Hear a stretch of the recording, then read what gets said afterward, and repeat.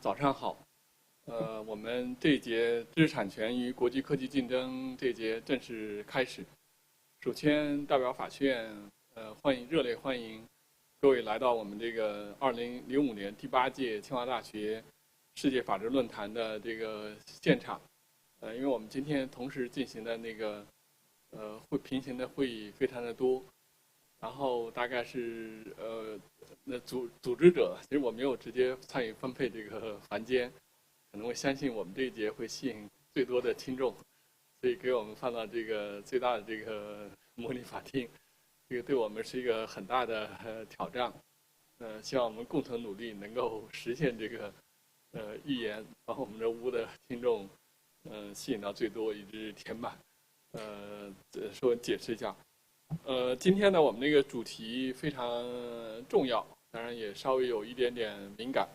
我们关心的是这个国际科技竞争，主要是指国家之间的科技竞争，在多大程度上会影响到各国，尤其是国际间的这个知识产权保护。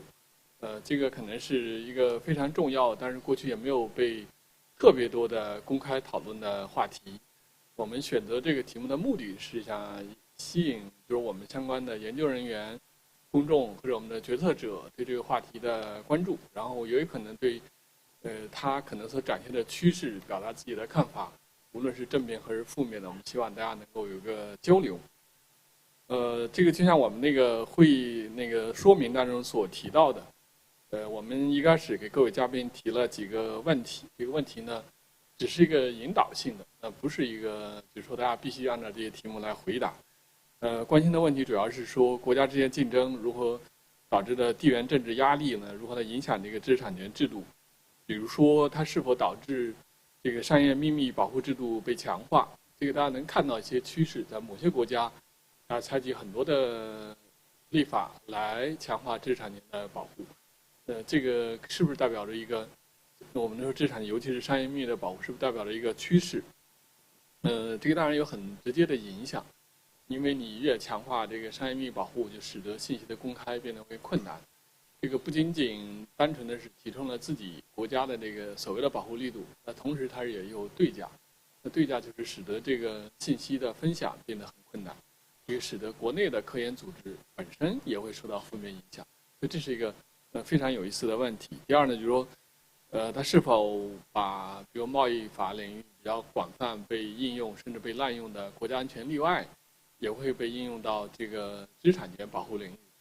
这个有些苗头，比如有些国家的，比如我知道的，比如说像美国专利局的就出台一些研究报告，考虑说，限制某些比如来源于中国的企业在美国提专利无效诉讼，或者说这个是一个很奇怪的问题，因为很多本来国内法上会认为那些质量不高的专利应该及时被清除才对，对吧？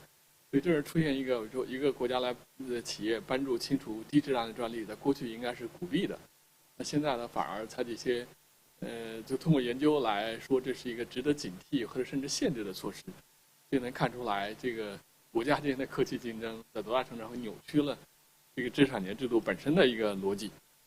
后面比如说有很多新闻报道，比如在国家竞争会导致国家把知识产权执法或者司法的程序武器化，或者说是作为一个工具化。那这个到底是好还是坏？因为这是一个跟前面提到的问题一样，如果在国内法的执行的过程当中，你能够告诉自己的法院、政府可以区别对待某一部分的权利人，那就意味着说有一部分人在这个法治之上，对吧？不受这个规则的约束。那作为一个国家的系统，如何来处理这件事情？我觉得好多年前，我读了一个《纽约时报》的，但是呢有一个新闻报道，大概是评论中国某些个一些争议。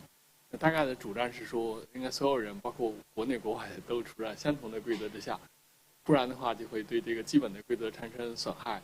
那现在我们可以同样把这规则应用到美国这个社会，对吧？这个同样对美国也会有些影响，所以大家怎么看待这个问题？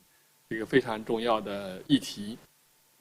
最后呢，我们还有一些开放的，比如说，如果会各国之间的知识产权保护制度会产生这样的影响，那对于企业而言，这个意味着什么？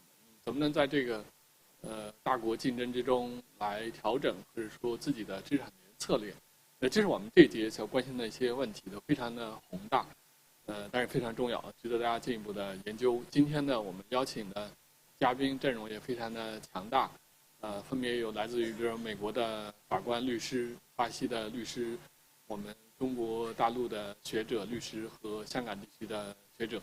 我觉得大家可能从不同的视角来对这些问题发表自己的看法。相信接下来这个报告和探讨一定非常的热烈，并且很有意义。接下来我们介绍一下我们今天这个参会的这一环节的主要的嘉宾。第一位呢是我们Randall R 法官，是原来美国联邦巡回上诉法院的法官，他也是我们法学院的资深的名誉教授，每年来清华上美国专利法的课，每年2次。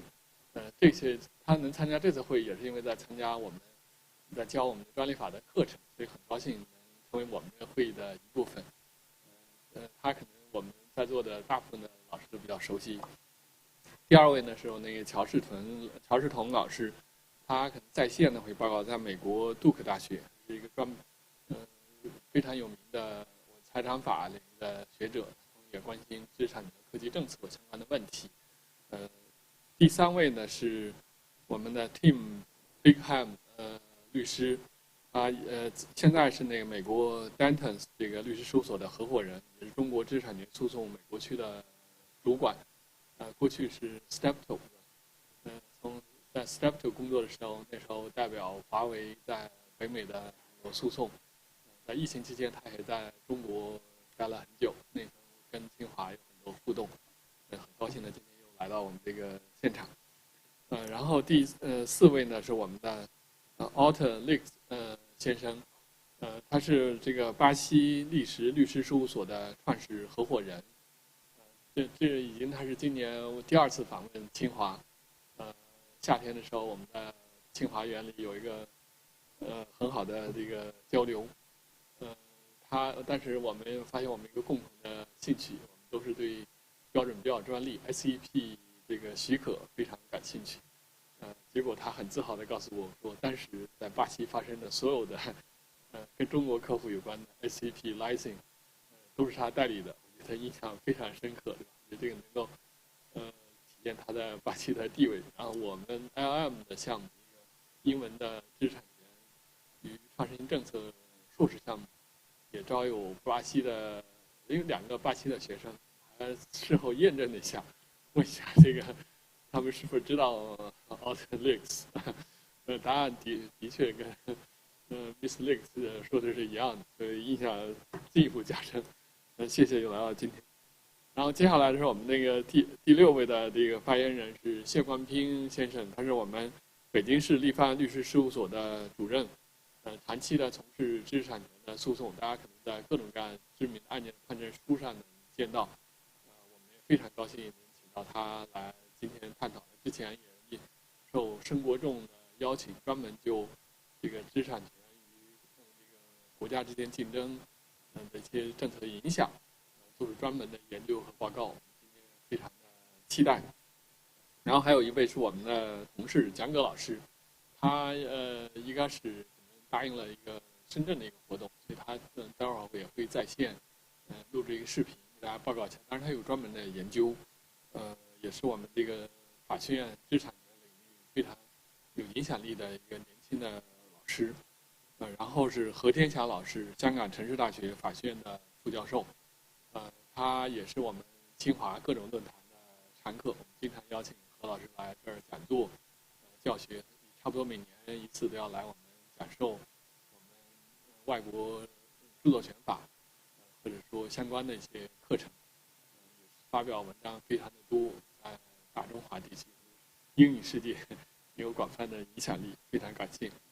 然后最后一位呢是我们的刘晓春老师，他本来是受邀作为演讲人的，不是作为那个评论人，然后我把他升级为这个演讲人，因为我想我把我们这一节做得更简单一些，就直接报告完，大家集体讨论，这样可能更好。刘老师是中国社科院大学法学院的副教授，他们那个互联网研究中心的主任，我的例子在互联网、个人数据、知识产权这些领域有大量的这种论文发表，也组织了很多学术交流，应该是非常大的影响力。这是我们今天的这个 panel 的主要的嘉宾。提醒一下，我们今天这个活动还是有在线的直播。可能部分老师或者部分那个参加者不一定知道的，说明一下，也对我们线上的观众表示欢迎。好，那接下来我们就开始今天我们正式的一个报告。每个老师一开始差不多有8到10分钟的这个演讲，然后我们组织大家集体讨论提问，是我们的一个形式。好，现在我们把这个话筒交给第一位演讲人，我们那个 Rader 法官。Okay, now we start our first presentation. I give the podium to Judge Rader. Thank you.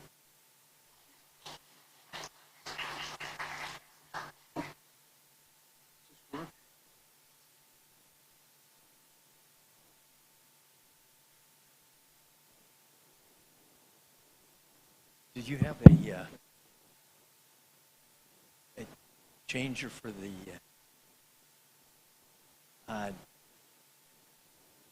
you sure you don't have? Okay. Hello. I'm happy to be with you today.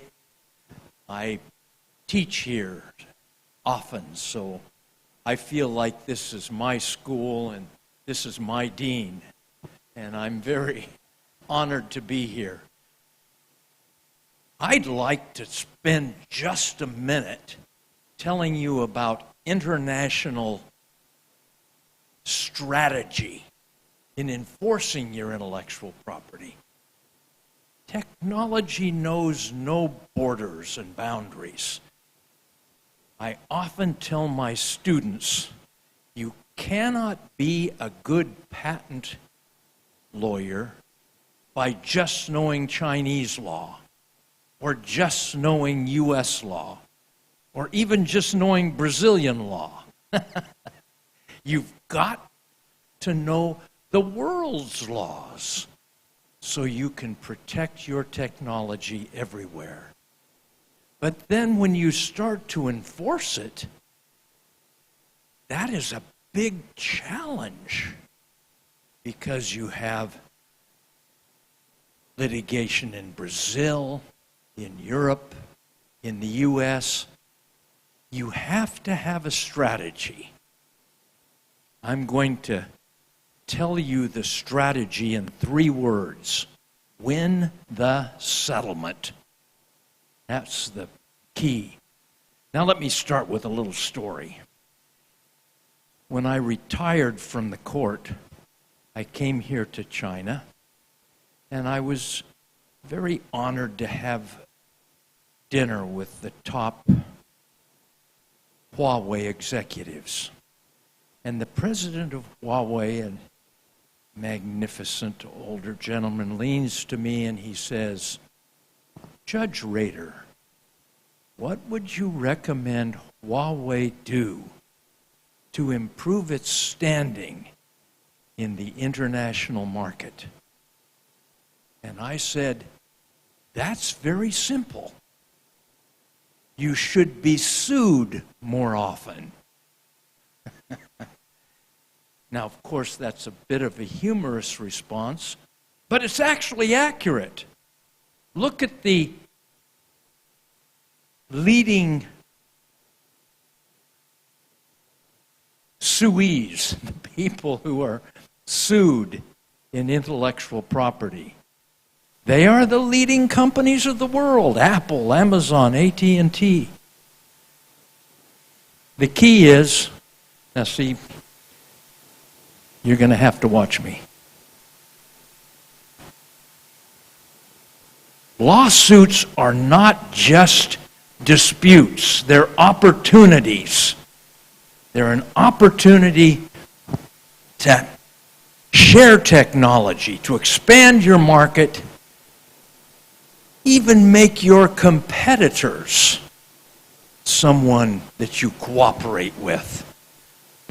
Now, competition is opportunity, I say.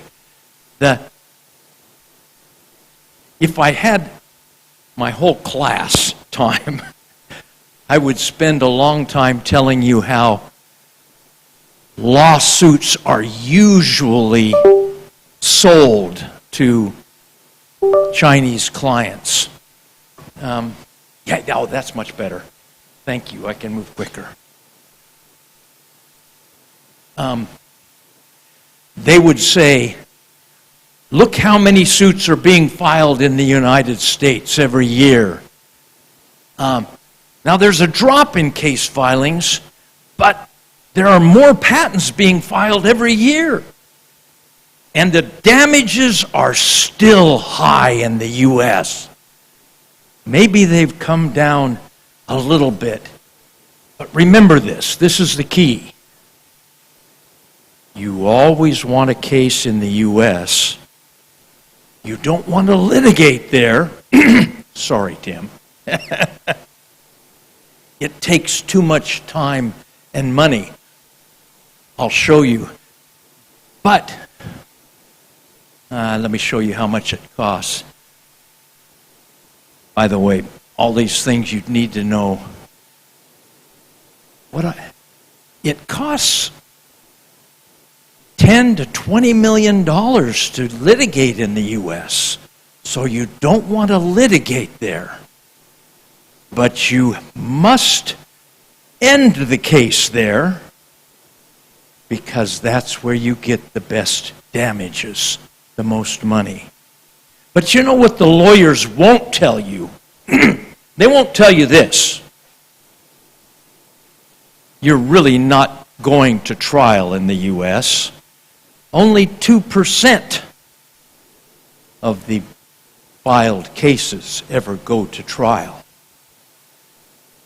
That means you really need to win the settlement. And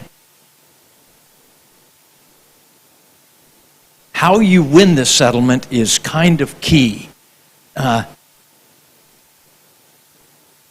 One particular part of the strategy will be to go to a jurisdiction where you can swiftly and more inexpensively obtain an injunction. Often that's the German market. It covers all of Europe. If you win an injunction in Europe, they have to settle without damaging their market. Now, I'm not going to step on Otto's toes, but I can tell you Brazil's one of the top markets in the world, and they have a great place to litigate quickly and get an injunction, and then you have leverage for your settlement. China is a great place to litigate. It moves quickly. You get an injunction. I have a high estimation of the ability of the Chinese judiciary. The key to what I'm saying is you want to gain leverage by winning a suit in Europe, usually Germany, or Brazil, or China, and then you settle using the U.S. damages law. Now, to settle, you're going to have to really know how to evaluate the technology, because that's going to be the key. Once again, I spend several hours teaching my students about the various forms of damages in the U.S. Here are the famous rules for finding a reasonable royalty. But you don't want to just trust your own valuation. You should get independent judgment as to valuation. And that's where settlement experts can really help you. And they are often found in the form of mediators and arbitrators. I feel like I'm giving a commercial because I do this often now. And I think you can gain perspective on how to settle by learning the value of the technology from independent mediators and arbitrators. Well, most important, you've got to recognize litigation as an opportunity to cooperate. Yes, ultimately you will seek damages, but along with the damages will come a license, and the license will allow you to exchange technology and cooperate. And litigation is a business opportunity. Don't miss it. Thank you.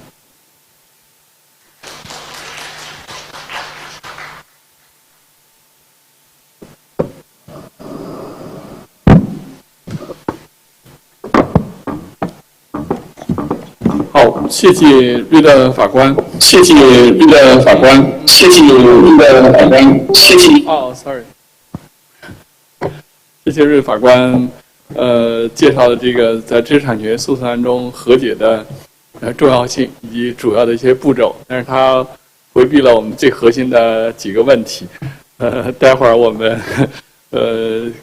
提问的时候，我们要第一个让法官正面回答我们准备的那几个。好，谢谢。接下来我们有请我们这个乔世腾教授在线做一个报告。乔老师，听见我们说话吗？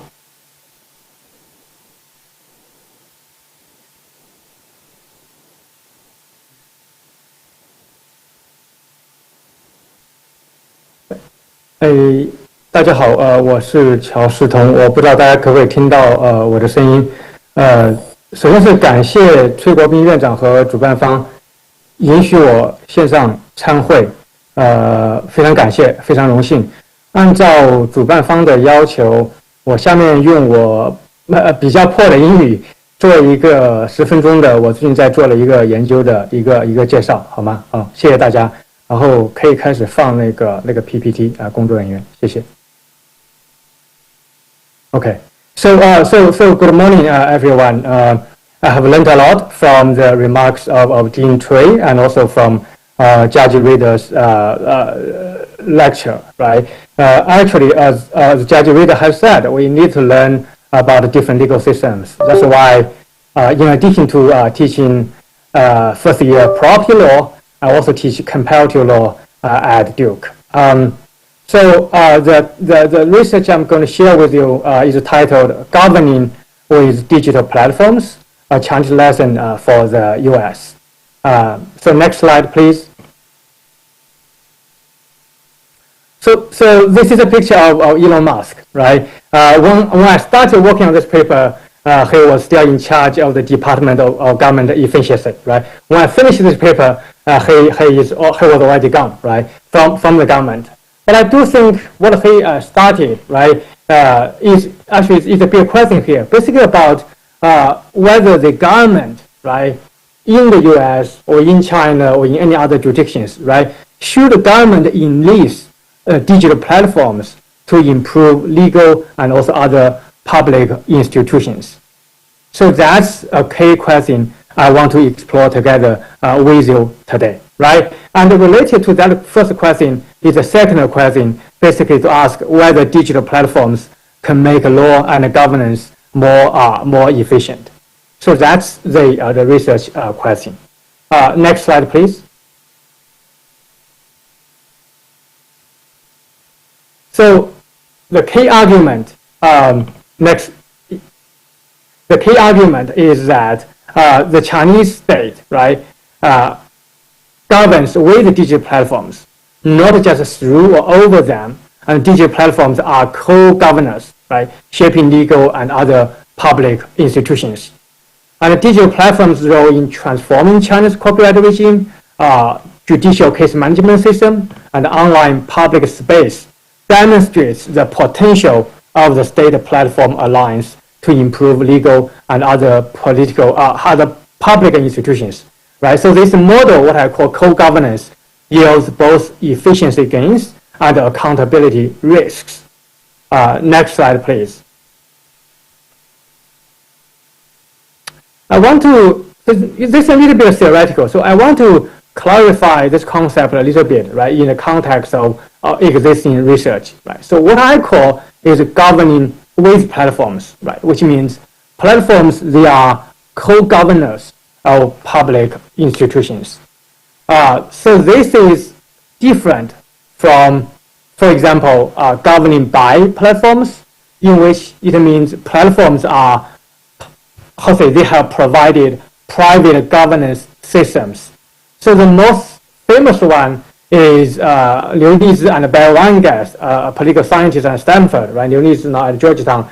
They have studied Alibaba and Taobao, right? Actually, about 8 years ago in a symposium I edited, right? Basically, they argue that Alibaba was successful actually because Alibaba created its own system of dispute resolution, its own system of contract enforcement.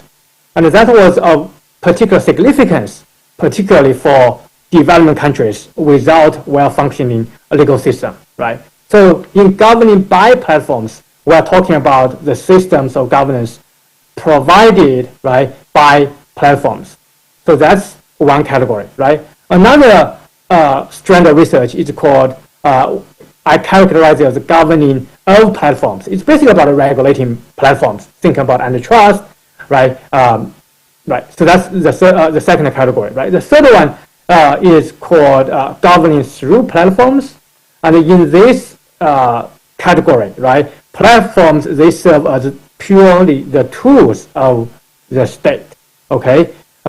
So what I have coined here, governing with platforms, is different from all of the three, okay, in which platforms, they are co-governors of public institutions, not just tools of the state.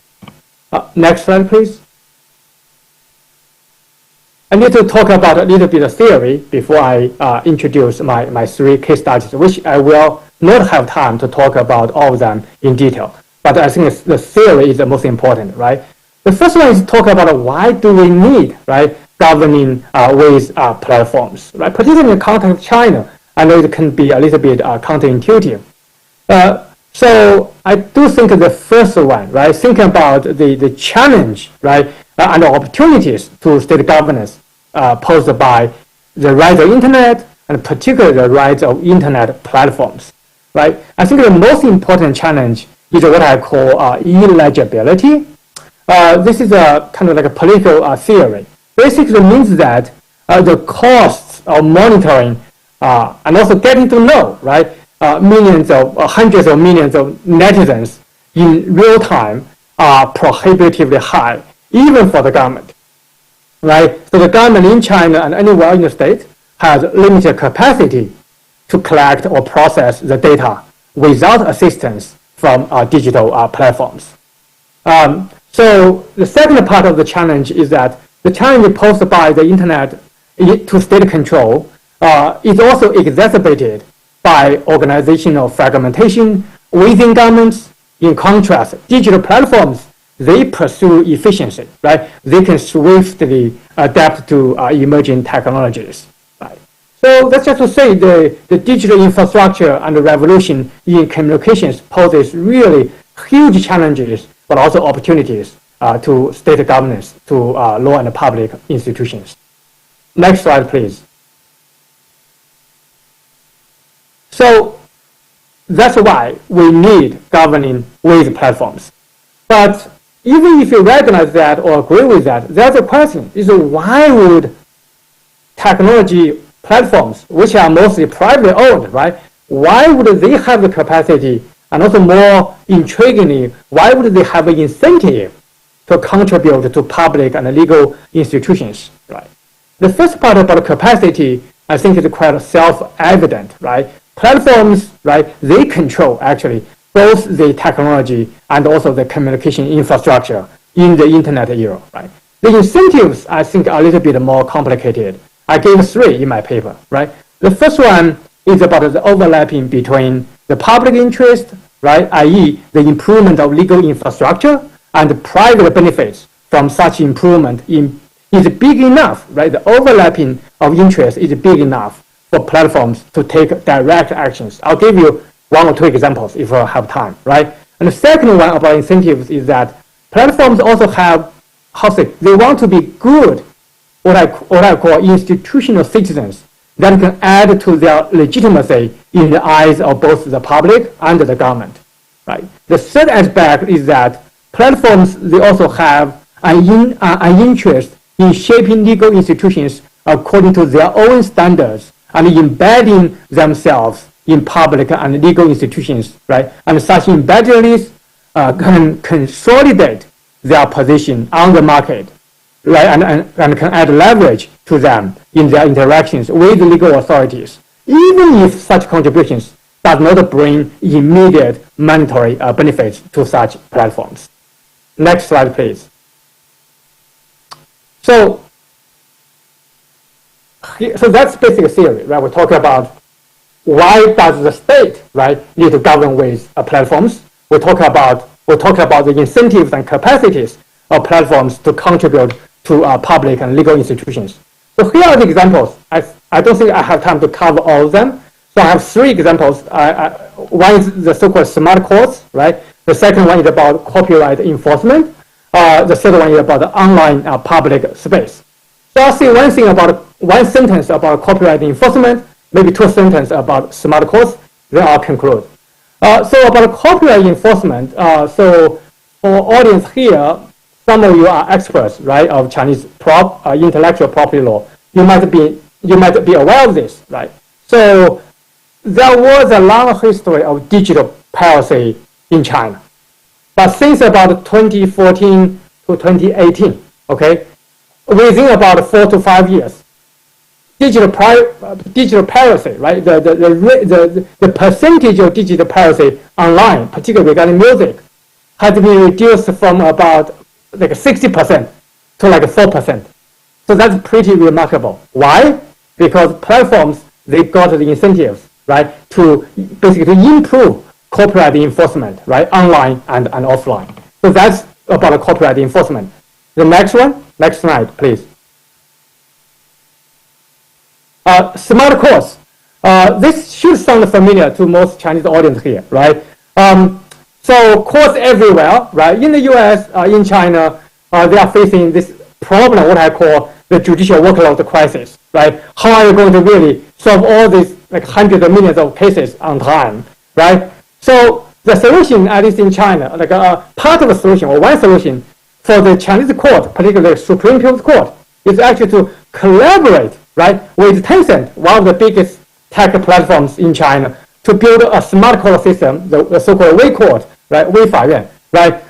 So basically to provide this Wei Court system for people to basically to conduct litigation online, right? Like filing, hearing, and managing cases online. And the result, right, is improved access to justice, right? And also streamlined litigation, right? From 2018 to 2020, more than 3,500 courts across 32 provinces in China actually adopted the Wei Court system, right? Leading to over 1 billion visits, and by 2021, approximately 5 million cases were filed through Wei Court, compared to a total of course, 33 million cases filed in Chinese court that year.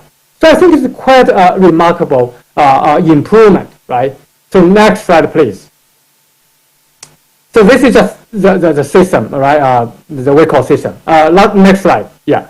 So the Chinese license for the US, I think it's pretty straightforward, right? The Chinese experience shows that platforms can enhance public institutions, right? Of course, under state oversight, right? And governing with platforms is not just a risk, it's also an opportunity. I think for American audience, this is a particularly valuable lesson because most people don't like Elon Musk, at least in the law school I'm teaching, right? But maybe there's something to learn from there.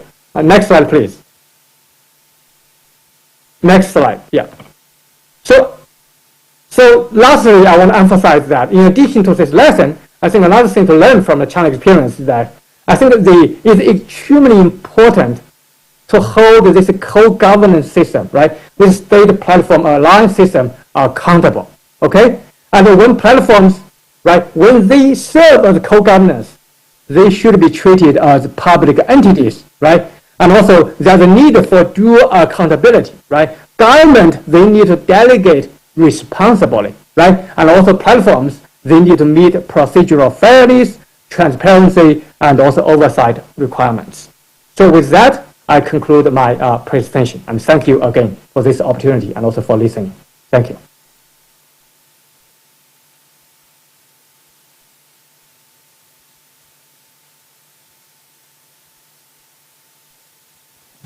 好，谢谢施彤教授。他其实很短的时间介绍了一个非常复杂的问题，就是在网络世界怎么调整这个私人平台跟政府这个规制机构之间的关系。我觉得一个非常有意思的问题。如果让企业知道因为通过介入这个平台很深，使企业了解更多的国家秘密和国家的信息。倒过来一样，让政府参与了平台的治理很深，让政府掌握了这个平台所掌握的本来对政府而言处在黑箱子里的个人信息、商业信息，这两边过去都是互相不想让对方知道的。当然，通过这个合作，他要打破这个黑箱。我不知道在这个视同那个体系下，从这个角度怎么看这个问题，我觉得非常有意思。谢谢视同。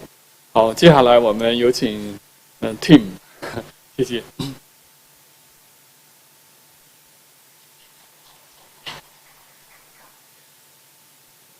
Good morning.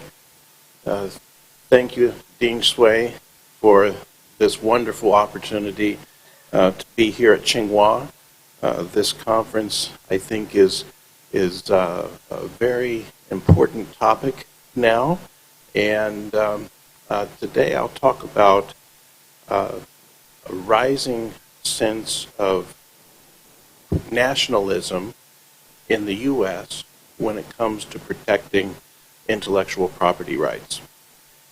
This could be a very long topic, so I will stay at a fairly high level.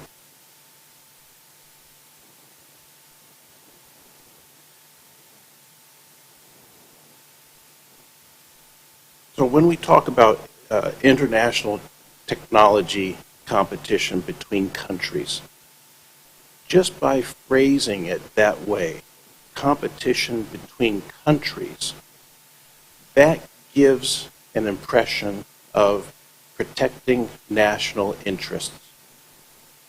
Now, 30 years, this is the 30-year anniversary of the reopening of Tsinghua. We think 30 years ago, there was another important event in the intellectual property world. That was the passing of the TRIPS agreement in the formation of the WTO.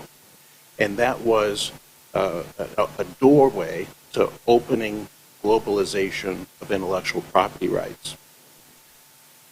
Fast forward to present day, and we're seeing an erosion of the globalization that was really started 30 years ago. In the U.S., we're seeing more willingness of courts and government institutions to protect what they view as American interests.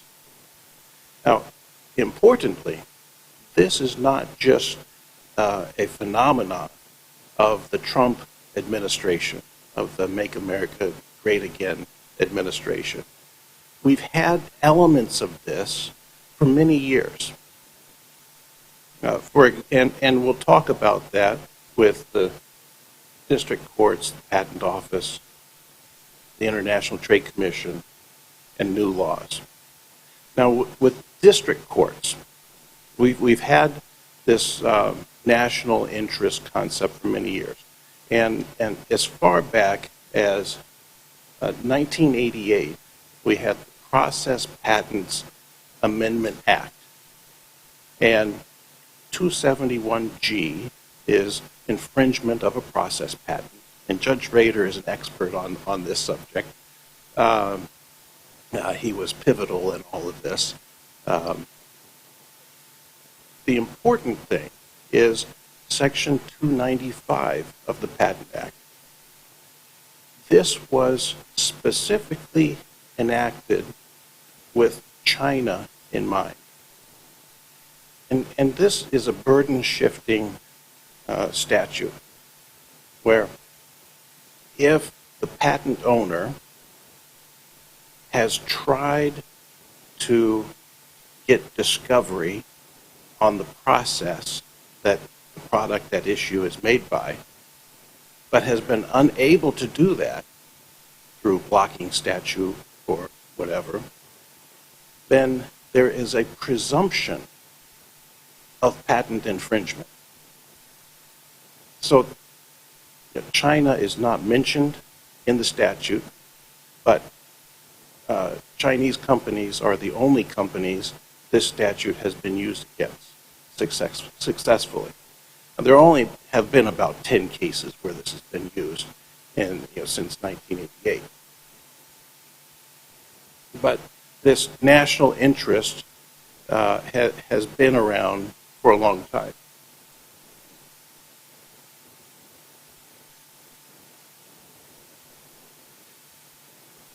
Going the wrong way.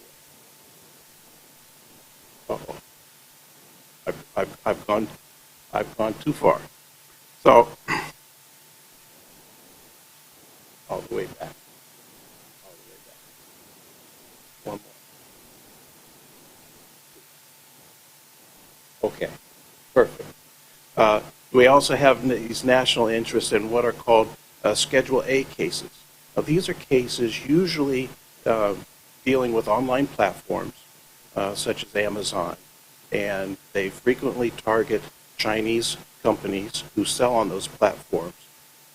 There are proceedings with Amazon through its Apex program, and then the patent owner or the IP rights holder will file a district court lawsuit, and they will request a temporary restraining order and freeze the account on Amazon.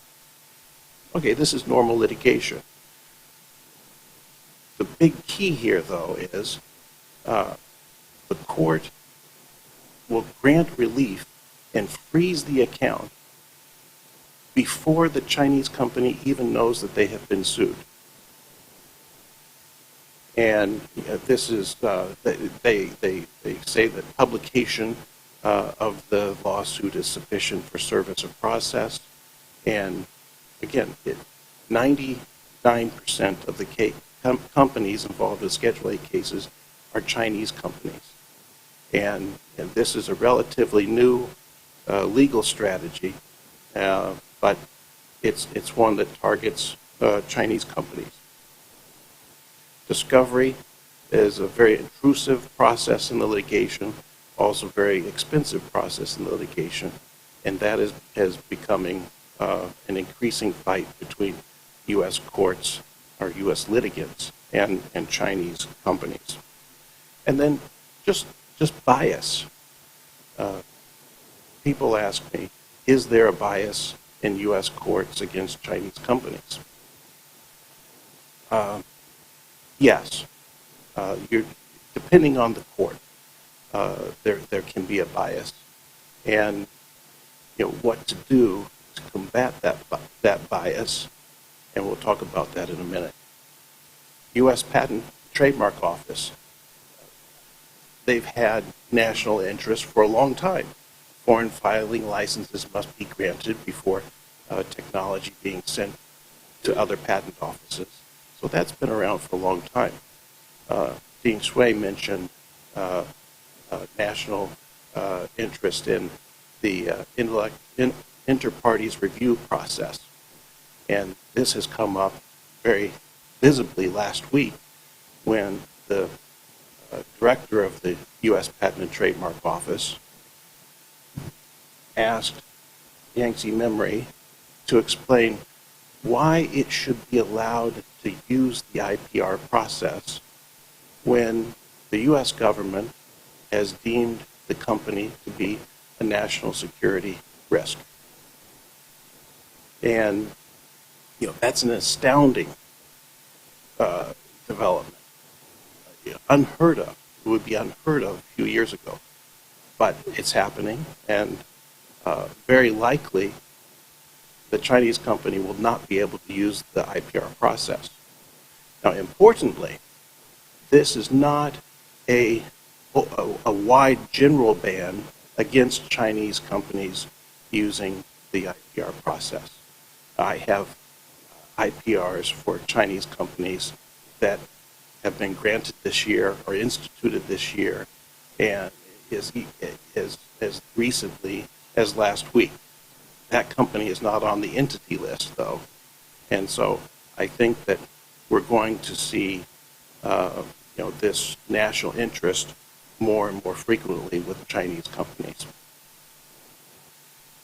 International Trade Commission. The International Trade Commission has had, for a long time, particularly in the area of trade secrets, a very broad view of its jurisdiction. Now, back in 2011, with the Tianrui case, the ITC said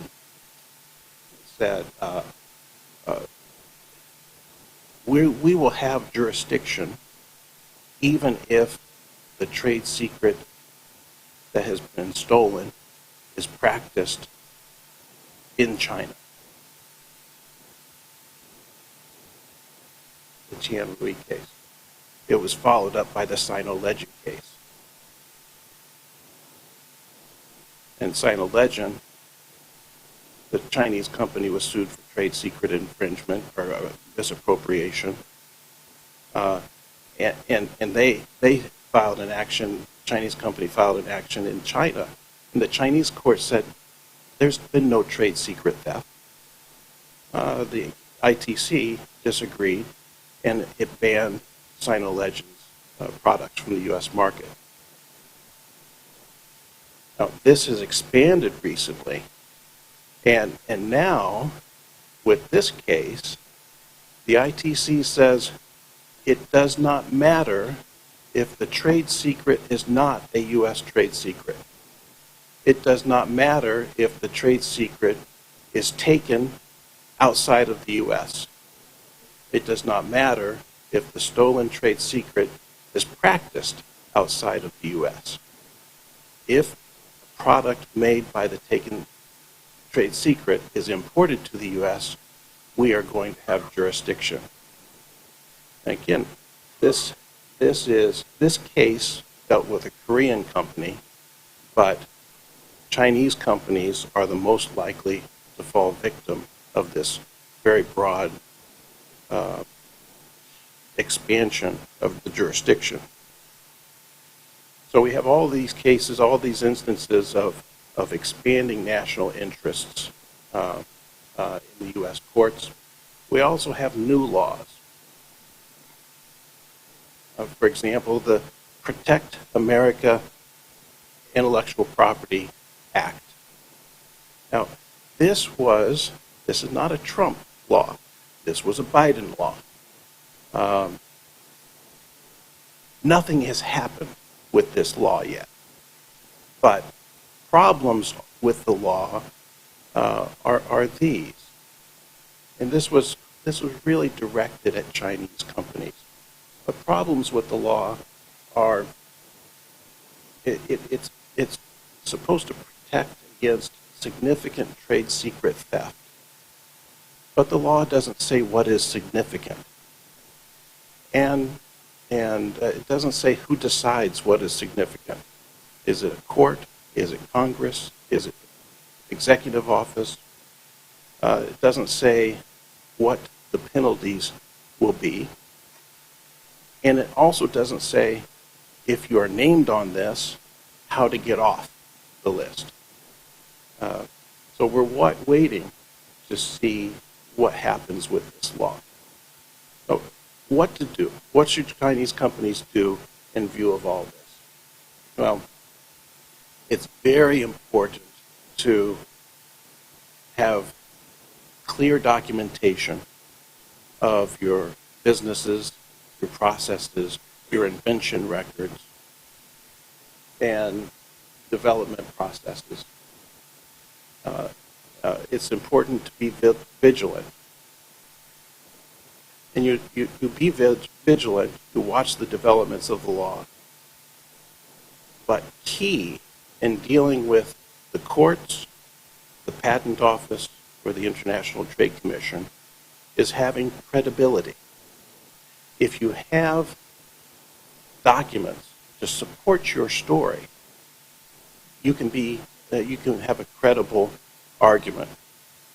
And credibility counts. I'll end with one example. Now, the district court in Delaware is the second most active court for patent cases in the United States. Judge Connolly is the chief judge of that court. And I was before Judge Connolly representing Chinese companies. And we had a hearing, and Judge Connolly recognized that my clients, manufacturers from a country that has a history of intellectual property theft, so much that the Department of Justice has a special program to target it. So that's a recognition of bias. How do you ever overcome it? You have to be credible. So later in the hearing, Judge Connolly says, you've been truthful, you've been honest with the court, and okay, you're credible, and I look forward to hearing your arguments in the case. So those are some examples of historic nationalism in U.S. IPR and also recent developments. I think this is a very important topic. Again, thank you, Dean Sway. I look forward to hearing my other panelists.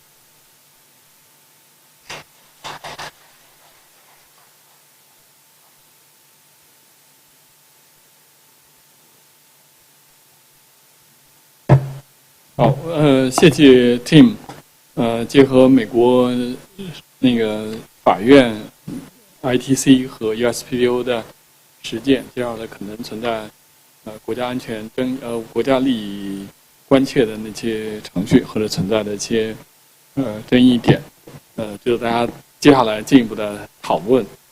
接下来呢，我们有请我们今天的第4位的报告人 Otto 先生。他报告的题目是撬动跨国争议，中国对巴西专利体系的运用。Otto 先生应该对这个非常的熟悉。有请。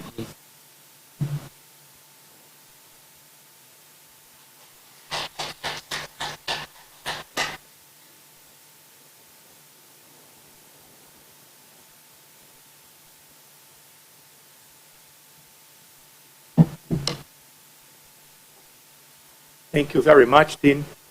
It is a pleasure to be here today. Although I have to say it's very difficult to speak after Jim Bickham and after Judge Rader, my mentor and my professor of many years. What I would like to share with you today is a bit of another message. Not a message of bias, but a message of truth and cooperation in seeking reglobalization. Most important is the initial desire to work together, to work in multilateralism, to work together with other nations. And China and Brazil have a long history of cooperation. Going back 50 years, of diplomatic and political relations that never had an issue.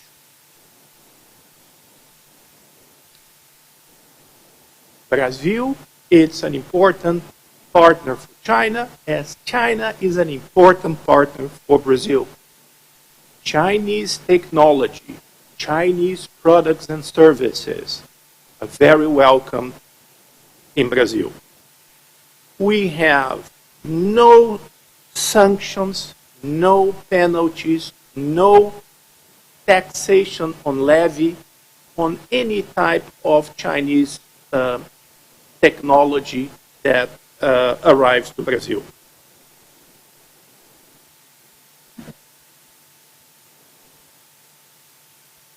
And it all starts with friendship and trust at the highest level,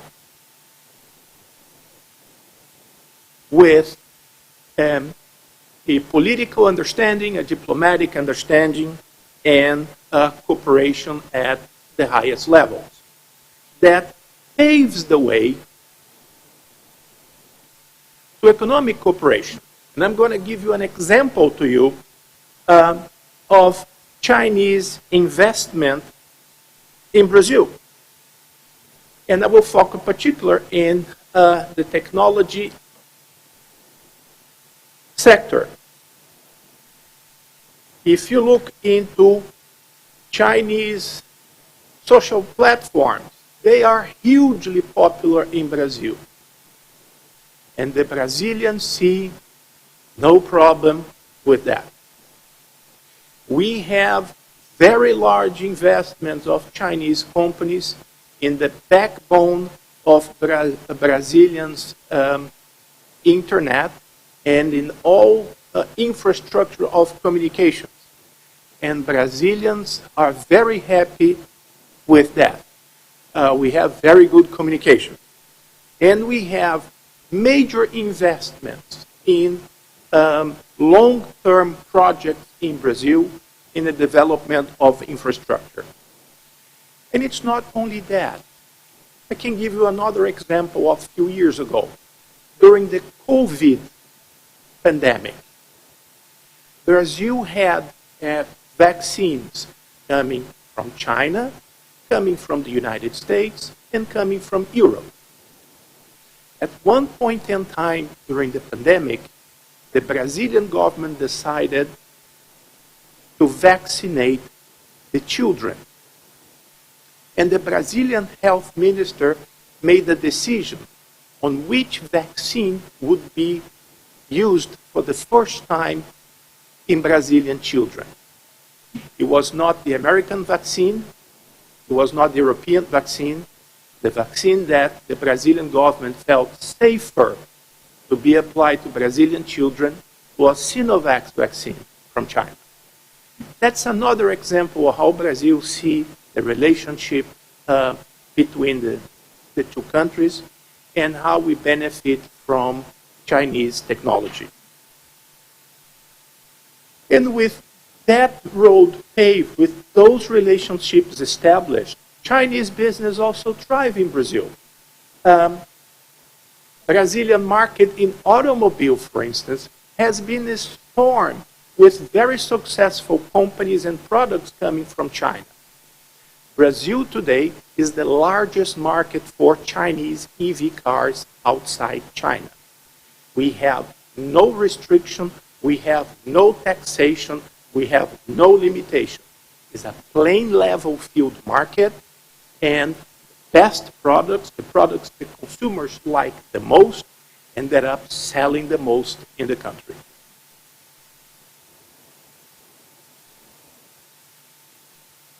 So, just to sum it up, the relationship between the two countries, our trade had increased 22 times in the last 20 years.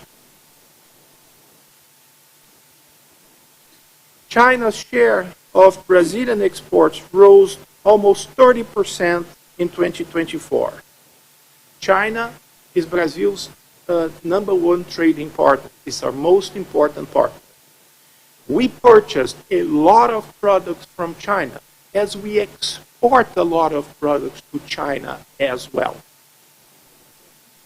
And with that comes the obvious suggestion to invest in intellectual property as well. China is now in ICT industries the second client of the Brazilian patent system, just behind the United States.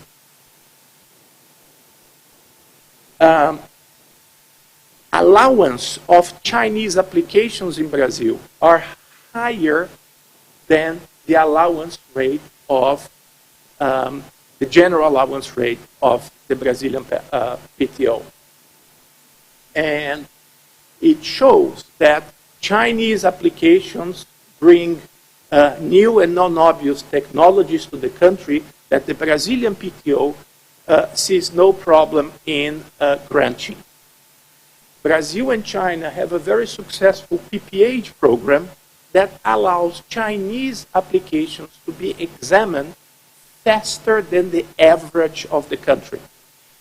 Chinese applications have a higher allowance rate and are examined faster even when compared to the own Brazilian applications and to the applications coming from the United States. And then we get to the use of the Brazilian legal system by Chinese companies.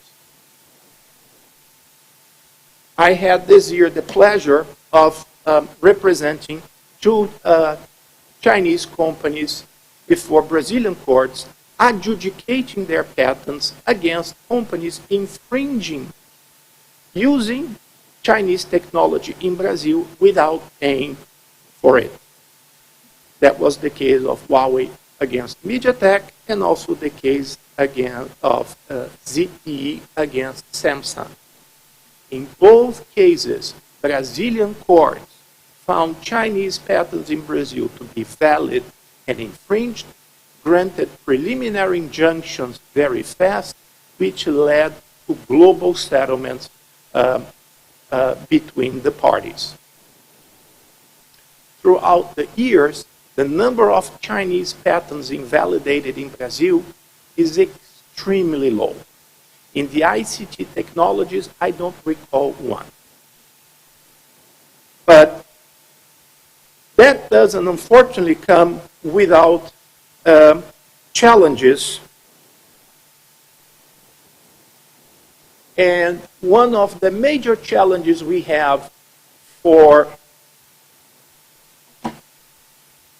the enforcement of Chinese patents in Brazil is the attempt of other countries to impact the exercise of the Brazilian jurisdiction by Brazilian judges. On both examples I gave you today, on the case of Huawei against MediaTek and in the case of ZTE against Samsung, the defendants on the Brazilian litigation went to the United Kingdom, where they asked for compulsory license of the Brazilian patents. So this violation of jurisdiction, this violation of committee rules between judiciaries of different countries, it's a major issue that we should look carefully into. The exercise of jurisdiction, it's part of the sovereignty of any nation. It's part of the sovereignty of China, it's part of the sovereignty of Brazil and any other country. So when a third party in another country obtains a compulsory license that will impact the exercise of jurisdiction in Brazil, in China, or elsewhere, we should look carefully at this and make sure that this doesn't happen again. So technology is global. The use of technology is global. The licensing agreements have a global reach. But if parties cannot reach an agreement, if parties cannot reach mediation or arbitration with Judge Rader as an example, the court system is still 100% national, and it should remain national as part of the sovereignty of any nation, and as a testament to the exclusive exercise of jurisdiction by national courts and national judges. I thank you all again for the opportunity and the pleasure to be here with you today. Okay, thank you, Otto. 他很短的时间介绍了中国和巴西之间的投资联系，以及以自己的案例为中心介绍一下现在在巴西这个专利诉讼当中大家遇到的核心的问题。谢谢。接下来我们的时间还比我想象的留的要少呢，所以现在我们要加快这个进度。从我们这个谢律师开始。谢律师报告的题目是标准标专利全球诉讼最新的发展。最多给8分钟。好，谢谢。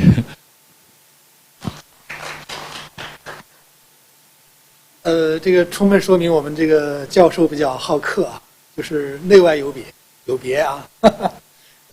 我尽快啊。首先是非常感谢啊，崔教授啊，给我这样的一个机会，在这儿见到很多的新老朋友。同时呢，这个话题呢，让我来参加，对我来说是特别合适，因为我的工作当中每天都在面临这个叫挑战啊。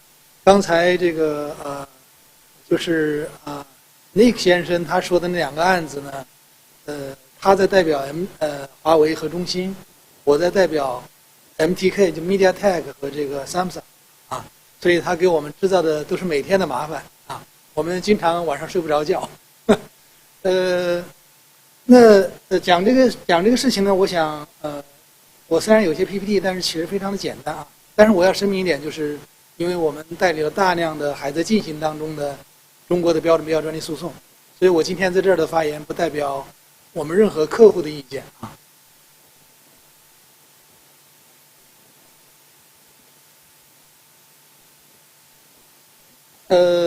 首先我想给大家，因为这些事情大家可能都非常熟悉啊，但是我想简单的过一下。我们看一下英国法院，我用的这个词儿叫积极创新啊。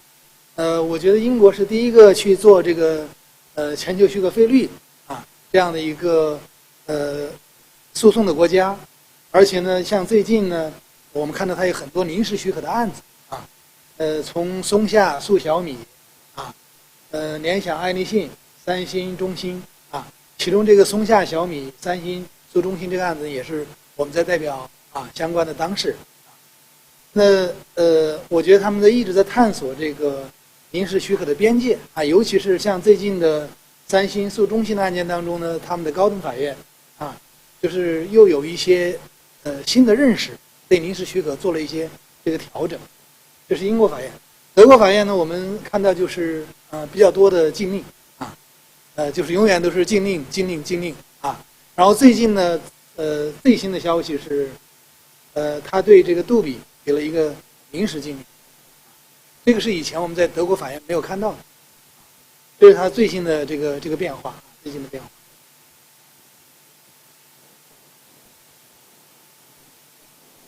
那中国法院呢，我是认为可能是一个比较综合的这样的一个发展。当然，最早的时候我们看到，就是中国对这个在 UP 星球的那个案子里面之后呢，中国来开始做这个全球许可费的这样的判决的案件。当然，这个最终的这个司法原则是在 OPPO 和夏普这个案子里确立的。那也就是说，我们现在看到有一个基本的背景知识，就是说，当事人如果就这个标准标专利的费率如果发生争议的时候呢，他们是有2个法院可以去的，英国法院和中国法院。当然，中国法院这些年它也有一些这个关于这个禁诉令、禁止令和AASI 就是反禁诉令的这样的一些处理。当然，这个里头呢也伴随着很多的不同的声音和争议。这个是我给大家介绍的这种现在主要的3个法域的这些变化和最近的趋势。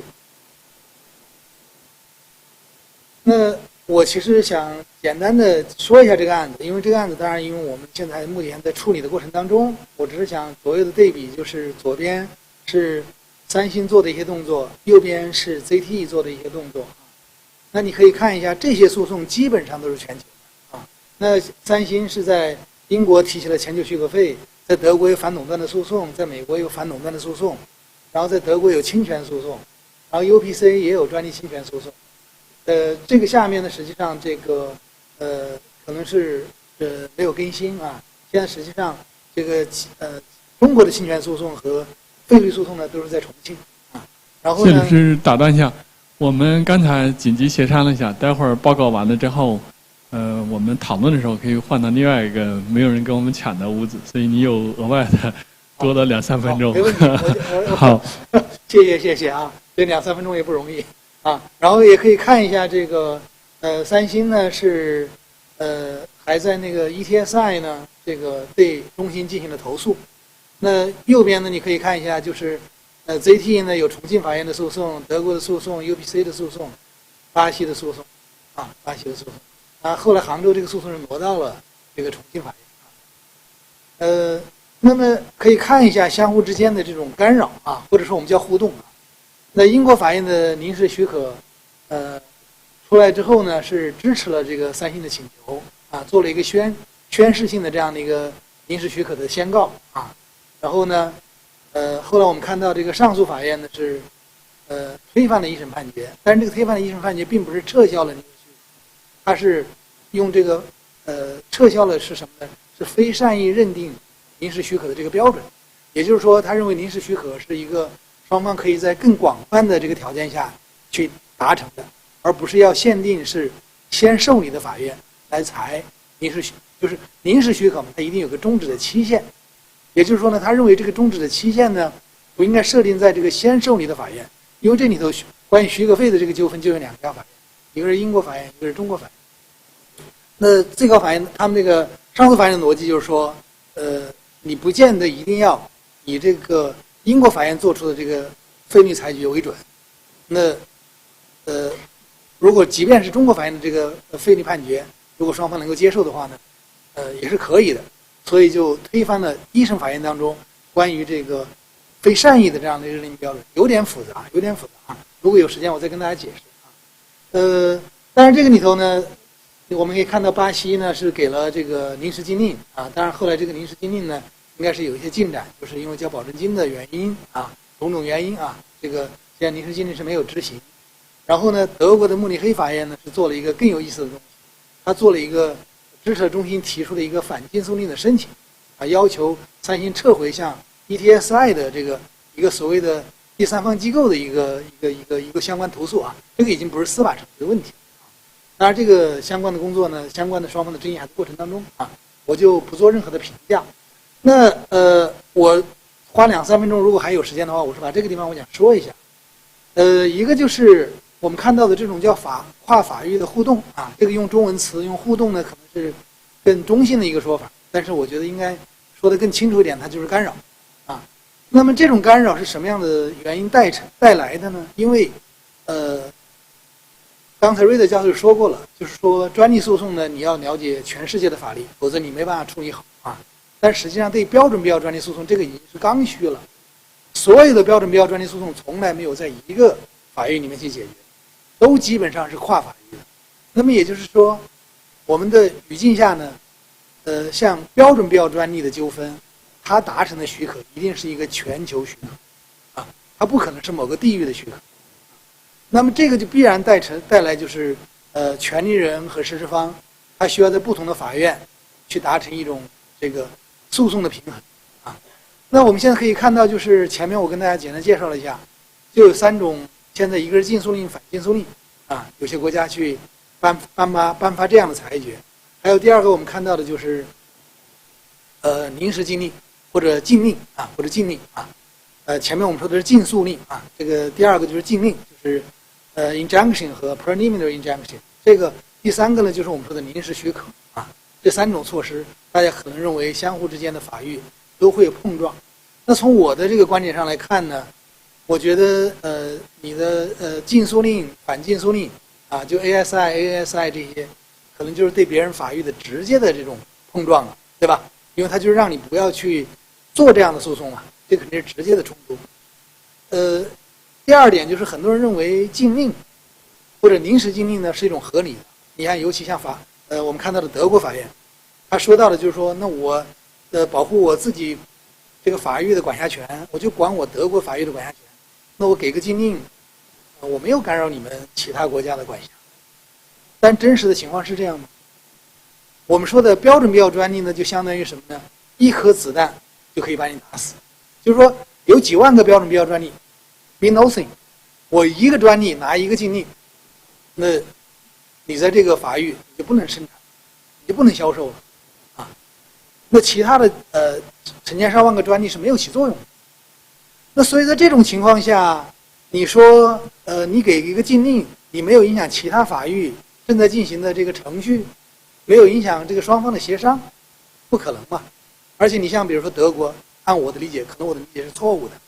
那德国法院说，我判了禁令之后呢，有些侵权人就实施方说，可以啊，我把你德国的问题解决掉，你德国这个地域我要付你多少钱，我给你付了，可以吗？德国法院不行，你要达成全球许可，我才能解除我德国的禁令，对吧？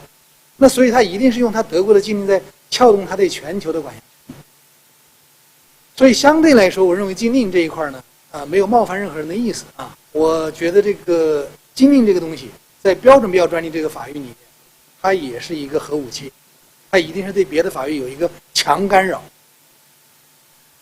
相对来说，我比较认可就是英国法院的临时许可。我觉得临时许可是一个比较更温和的一个措施，因为它在临时许可的前提是什么呢？就是说我刚才讲到的，双方当事人的这个纠纷，标准必要专利呢，其实跟一般的专利完全不一样。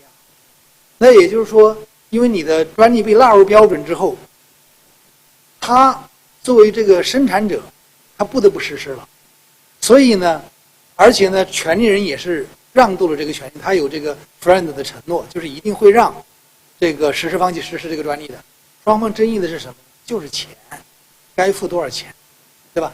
那这个争议，如果说有英国的法院，有中国的法院在受理这种全球许可费，而且我们也看到，就是说，不仅是实施方可以起诉，确定这个钱是多少，其实最早的时候都是权利人在起诉这个实施费是多少。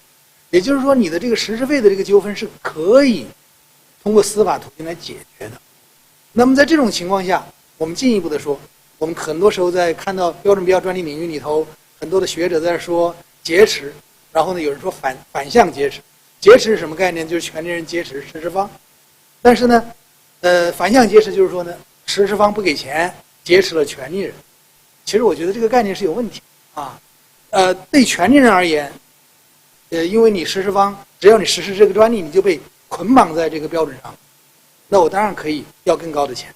但是对于这个对实施方而言呢，他怎么会有一个反向劫持呢？如果这个实施方不给你钱，对吧？你不通过禁令诉讼，你到法院去确定该付多少钱，那就解决这个问题了。而且呢，如果你认为他付的时间晚了、拖延了，法院可以给金钱补偿啊，给利息，是吧？给更高的一些救济措施，就是金钱上的补偿。我是认为劫持和反向劫持它不是一个划等号的概念。那么在这个语境底下呢，所以会赞成临时许可，是给一个更长的时间，让双方去达成它一个符合这个商业规律的一个许可费的标准啊。当然后面这一点今天大家也都看到了。其实你看现在，因为之前是我们看到的是英国、欧洲、中国打架啊，现在我们看到的加入战线的 UBC、巴西、印度，到最近开始有非洲了啊。对，所以我的发言完毕了，谢谢啊。好，谢谢谢律师。很短的时间把这个 ICP 全球诉讼的一些趋势做了一个回顾，同时结合这个禁诉令、跨国协调做了重点的这个探讨。接下来我们有请我们今天我让蒋老师可能等我们那个中场休息之后，在110去播放。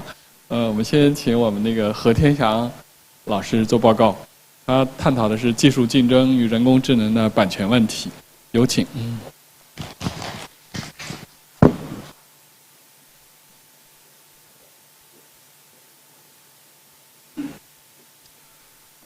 Okay, thank you very much. Thank Dean Cui for the invitation. And also, it would be a great pleasure to be here. And also, I'll notice that there is a time constraint, so I have a draft, so no problem. 10 minutes. Okay, so this is something that I figured out recently.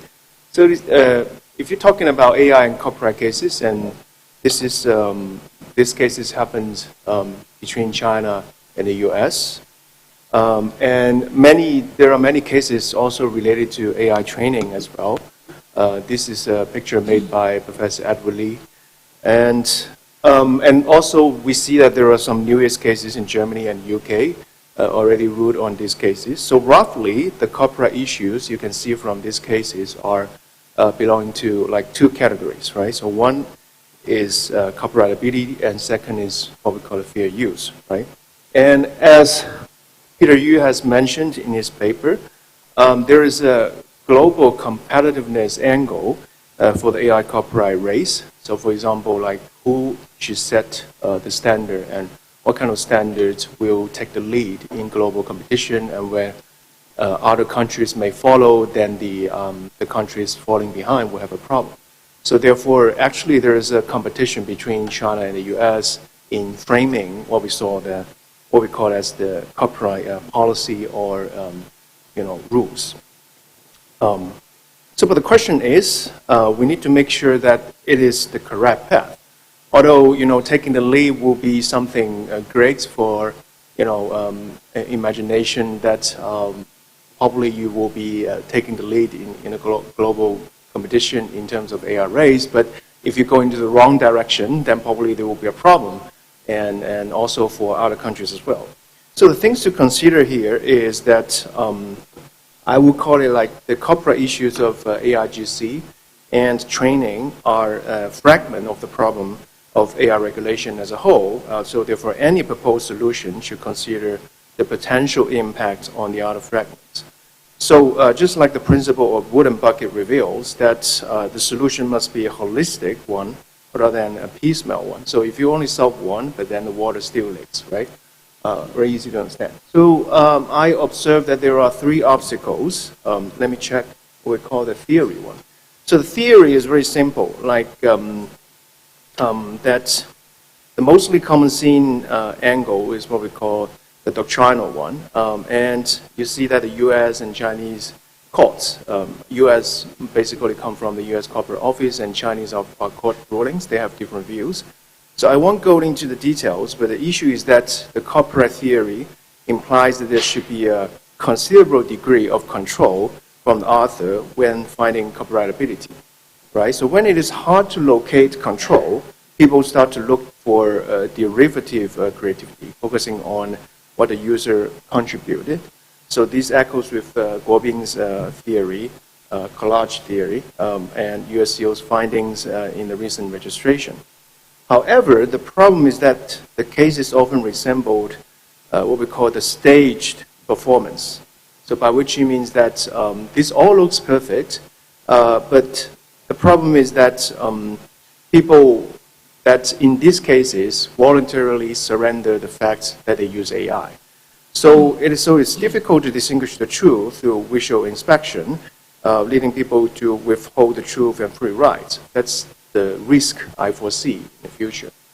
So also there's a problem as the artistic languages behind different types of works are different. So it's not proper to write a painting or paint a song. So just like the German free use clause, why it says some type of use is not infringing is because it can hardly be seen as a derivative work, so therefore it's a free use.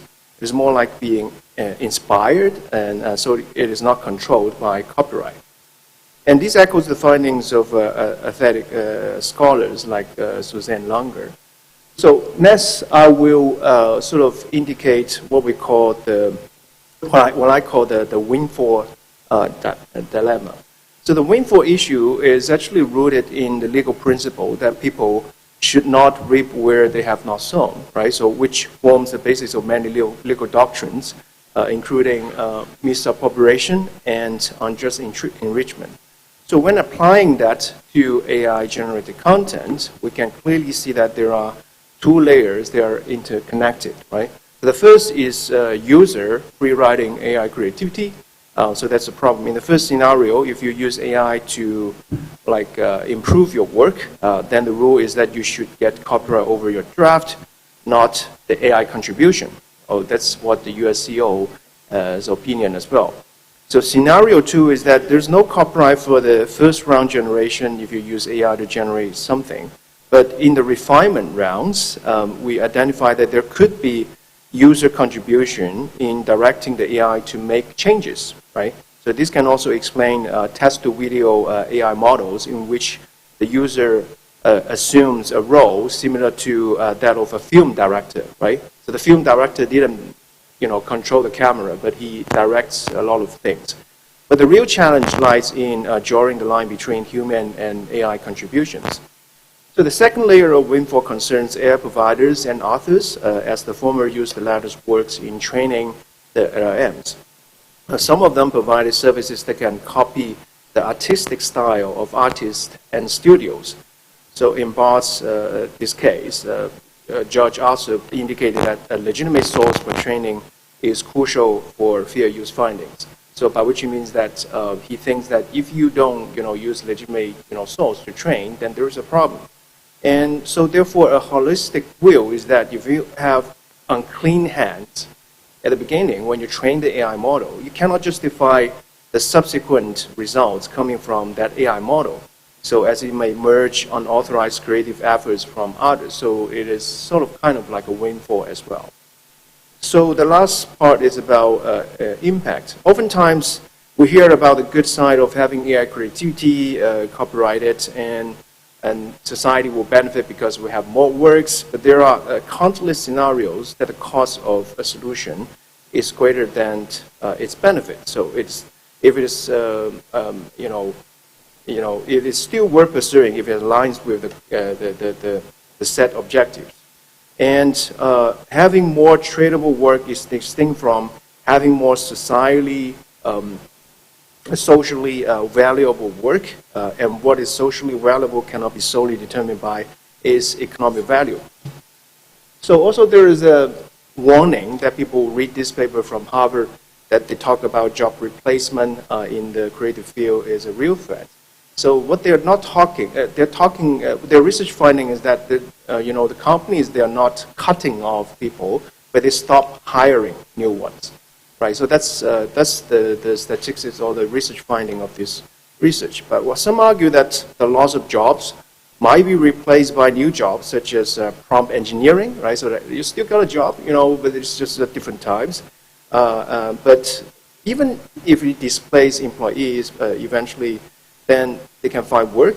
There are intangible losses to consider. For example, a new role fundamentally different from the original craft may not offer the same satisfaction, creative joy, or sense of human dignity that old work provides. So by which it means that I'm arguing that even if you get replaced and then you still got a job, you still got a salary, but the value of the job is totally different. And there are two identified threats. One is something what we call the cognitive offloading. And it describes the phenomenon whereby people use physical action to reduce the cognitive demands of a task, by which, in simple words, that you're getting lazy, right? So to say, the training, I think, is somehow crucial, that for the human creativity, it's not just about getting the final result, but about the process of learning, experimenting, and perfecting one's skills. And tools as powerful shortcuts, AI tools, like risk depriving us of the formative journey that shapes not just artists and thinkers, but almost everyone as a learner. So you can Actually, if you're a professor, you know that from the students, you can see that already happening. So other research finds that the impact of cognitive uploading is not immediately apparent to developed thinkers or learners like us, who are professors, but they're more have a great impact on students, especially the amateurs. Then when they started to learn, then there is a problem. Also, researchers from various fields found that over-reliance on AI could lead to homogenization of style and even stagnation of creative evolution. And also to avoid model collapse, we still need to encourage real human creativity. I think that's very simple because, that's what the large language model is doing, because they find a common path, provide you with something that it is held by most people. So by which it means that you get a satisfactory result, but sometimes it's not an innovative result, right? So lastly, I would like to address the issue of authenticity. So many will question the need to distinguish AIGC from human works. You said, well, this is too costly. Why we need to distinguish the two? You have to employ a lot of technological solutions, and that brings cost. So why can't we just recognize everything? But actually, the impact of AIGC is beyond copyright, right? If you see, for example, there is a problem with AI like ghostwriting and contaminated speech that I coined. So by which it means that speech presented as a human expression, but at least partly generated by AI. So if the human user does not fully control or even understand the message in the AI-generated content, then the work effectively becomes a channel for the AI or its developer to inject information into public discourse under a human's name. Like if you're a professor, then you use, being injected by this. So with AI getting better, you can see deepfakes, right, everywhere. And deepfakes brings social problems. And like in the US, you can see that about the voting and everything. And now we can see deepfakes of AI videos on, Xiaohongshu and everywhere. So that's a problem. It will also be a consumer protection issue, as copyright works are mostly cultural products without distinguishing consumers. Therefore, precluded from making an informed decision and from engaging in ongoing dialogic processes of self-definition, ethical development, and political engagement. So in the Chinese e-commerce platforms, and there are already seen cases concerning AI-generated fake reviews or facilitated unfair competition, and fake frauded product pictures to claim refunds, that kind of things. So if these practices become commonplace, and if the law, by granting copyright to such works, then satisfy them as human expressions, we will face profound challenge to the integrity of communication. So there is an urgent need to distinguish between human contributions and those of the AI, so it will add no additional cost because it comes from different sectors as well. So, so I would like to emphasize again, in the end, that we should view it holistically, as corporate problems AI are interrelated. Thank you very much. 好，谢谢天桥教授。12分钟把AIGC 的那个可版权性问题做了一个非常深度的分析。那鉴于时间可能没有充分展开，抱歉。接下来是我们今天的那个应该是倒数第2位的这个演讲人，是我们小春老师。因为蒋老师我们待会儿会挪到那个110 Room 110去看。播放他那个视频，所以这个刘小春老师就是在这个我们最后一个演讲，谢谢。他讨论的题目是关于人工智能协同创新模式对知识产权规则的可能影响。好，谢谢。好，谢谢崔院长。鉴于崔院长现在时间控制的压力非常大，我就不多说太多礼貌性的废话了。今天是很高兴来到这里。那么我分享的这个题目呢，也是拿到崔院长给的那个命题的作业题之后，认真想了4个点。但鉴于时间呢，我可能今天重点前面一些就比较简单的过去了，一会儿110有机会可以再展开。我大概想了一下，这里面可能给我们知识产权规则带来的这个问题啊，就人工智能这个协同创。第一个肯定比较直观的，也是比较可能现在能观察到的，就是这个成本实质性的降低。那么这个创新的成本实质性降低，就会导致对于激励对象会产生一个改变，以及我们需要去激励的行为啊。那这刚才其实何教授提到的，版权是一个非常重要的领域，但其实我觉得在专利权的领域来说，可能更为重要啊，因为版权实际上。我们还是会认为说它给到这个垄断性权利排除掉的内容其实并不是那么的多，它是一个非常具体的表达。但是在专利的领域里面，可能我们希望能够得到的在 AI 的这个协同创新的这个情况之下，我们现在考虑的这个创造性，我自己的理解也许跟过去的创造性会有一些变化啊。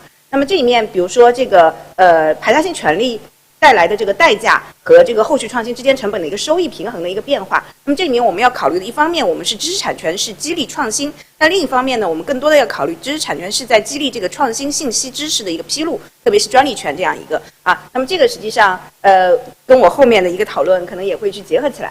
那么第二个简单想讲的呢，就是这个人工智能的这个创新，它可能给这个生产的组织形式带来的一个变化啊，就是现在我们大量的看到，即使像诺贝尔奖获得者的这个技术，它也大量的是在通过 AI 来累积来创新。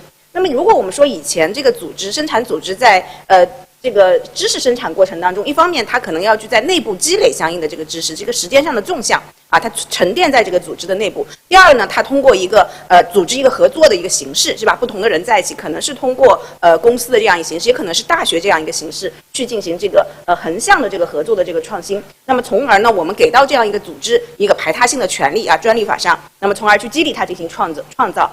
但是呢，当我们看到 AI 来临的时候呢，可能有一些事情就发生了变化。比如我们说以前我们特别想激励的是一个人类智力的投入，所以我们在创造性上特别去强调，包括独创性上我们去强调人类智力的这个投入的激励。但是如果 AI 来了之后，很可能人类的刚才说的知识的纵向的积累和横向的合作都被压缩到 AI 里面了。我们说 AI 可能成了一个知识的底座啊。刚才其实何教授也说到很多，比如说刚才您提到的这个变懒了是吧？这个认知的这个 offloading， 那我觉得这里面也可以理解为我们人类可能这个智力打错了啊，人类的这个智力投入很多在这个智力创作的过程，很大可能上就外包给这个工具了。那么我们希望激励的是什么呢？可能这个竞争就不再是说是一个结果导向的竞争，而是一个能力导向的这个竞争。这个能力可能就要从我们专利法，比如说知识产权追求的一个结果的评价，转向对于在先的这个，比如说数据投入的评价。以后可能在 AI 的能力建设上，才是真正的我们的这个创新竞争所在。那么这个 AI 有可能是公共的，像我们现在做的很多大模型，大家都可取用。啊，这国际之间，其实我们可能中国人也同样能用到这个美国人也可以用到中国的。那么在这里面，其实也涉及到一个知识的国际流通的问题。如果我们这些知识积累都积累在一个全球人都可以接入的一个具有一定意义上的当然你要收费，但是它是公开开放性的一个收费，这种公共的 AI 能力上呢，那可能它的这个知识竞争就产生了，技术竞争就产生一个新的这个样态了。那么另外一方面呢，对于一些企业来说呢，它可能也会去建立它自己专属的 AI 能力啊，比如比较典型的，现在很多律师事务所，它可能不太愿意把自己内部的这个数据上传上去，对吧？那么可能它会建一个私域的人工智能的这样一个工具。那么以后的竞争有可能就是在这种专属的 AI 能力角度上去竞争。那么回过头来也涉及到我们的问题，当我们专利法要去继续激励创新的时候，我们还是去追求一个结果的一个导出呢，还是我们要把这样的一个知识的一个积淀或者说它的提炼的这个能力作为一个激励的对象啊？这是一个比较初步的一个想法。第三点，我简单讲一讲，就是这个开源啊。以前我们当然在开源并不是一个新的事物啊，实际上在知识产权的视野当中一直存在。但是如果它成为一个更底层的，尤其是在中国当下，我们会发现中国具有竞争力的 AI 工具，其实更多的是以开源的样态出现的。那么这个开源样态实际上能感受到，对于一些国际上可能也领先的这些闭源的这个生态，也是造成了一种挑战和一种竞争。那么在这个意义上，其实开源的它的一个生态模式，其实我自己的理解，它并不是一个产权的模式，对吧？它是一个开放的，同时是基于声誉的积累啊，所谓的很多的开源的技术大神，对吧？基于声誉的积累，以及他们有社区的相应的协作方式，通过一种开放式的许可的方式。那么在这个意义上，我们知识产权是如何去介入到开源生态的这个建设当中和它的这个促进当中？可能我们要针对这个开源生态去建立相应的保障和促进它这一套生产模式的知识产权规则。最后是说到崔老师一直在问的这个问题啊，我自己在想的跟国际的这个角度，我大概想了这些角度哈，可能也比较散，一会儿110有机会可以我们再深入去讨论。第一个呢，就是我自己其实我看了蒋老师的那个题目，我觉得我跟他的想法是比较认同的。就是当我们去看知识产权议题，我们现在包括我们现在去给学生讲课，那么可能10年前、20年前，我们讲的是说我们在讲全球化，我们在讲知识产权制度在全球化蔓延的过程当中它的角色。在这个意义上，我认为在全球化的过程当中，我们包括刚才其实谢律师也提到的，是讲的是一个全球化的知识分享。首先是我们大家互相去用彼此的专利，首先是在许可，在使用，其次才是保护。那么这个时候，技术使用基础之上的保护，它意味着什么呢？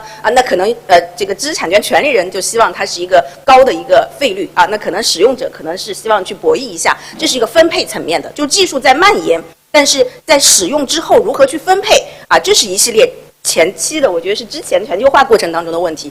到了现在，我们已经很明显的感受到了，包括刚才崔老师一开始就讲到，其实我们现在已经不是在讲技术互相使用了，我们是在可能特别是在人工智能的视角下，我们在谈互相的封锁和对抗。那么崔老师，我很赞同崔老师刚提到的，商业秘密可能会成为一个主要的保护模式了，因为专利它还是讲披露，还是讲流转，还是讲知识的这个互相的这个去了解。那现在如果是在生产层面你要去对抗的话，那么这个时候我们发现知识产权竞争就不再是说我去打专利官司，我要更多的这个收费，而是说我要把很多的上游的这个我们刚才提到了，如果是以后的竞争是能力意义上的竞争，它可能不是一个输出的这个结果的意义上的竞争，而是上游的，比如说专属的数据，或者说是算力这个现在已经很明显了，是吧？算力的这个控制的问题那么甚至还有这种基础材料，对吧？比如说我们现在讲的这个能源，讲的这个矿产的这个供应，这些上游要素和资源的控制就变得更加重要。那么在这个控制的过程当中呢，的确，我们如果要讲知识产权的这个例证的话，可能商业秘密的确会成为重要的。那可能商业秘密还不是，就是在整个图景当中，更多的是一个产业链互相的克制和控制和对抗的这样的一个状态。那么这个时候呢，我们就会发现，知识产权它不再是以前我们讨论的说，我们一直去强调全球化，强调不管是谁的技术都是一样的保护，我们更多的是去强调有一些例外，是吧？在一些特定的领域，国家安全的这个例外，刚才我们看到也有专家也提到了，这可能是在贸易领域关税的问题、投资领域的问题，以及到了知识产权问题的一个延伸，它就不再是以前的这样的一个全球化的状态了。那么同时，甚至可能刚才我记得印象很深刻，有一位律师老师也提到了，这个美国律师老师提到了，在甚至法官他会提出一个类似于这个道德指控知识产权成为一个道德指控的理由，这是我理解现在知识产权在这样一个不同于前期全球化状态下的一个变化。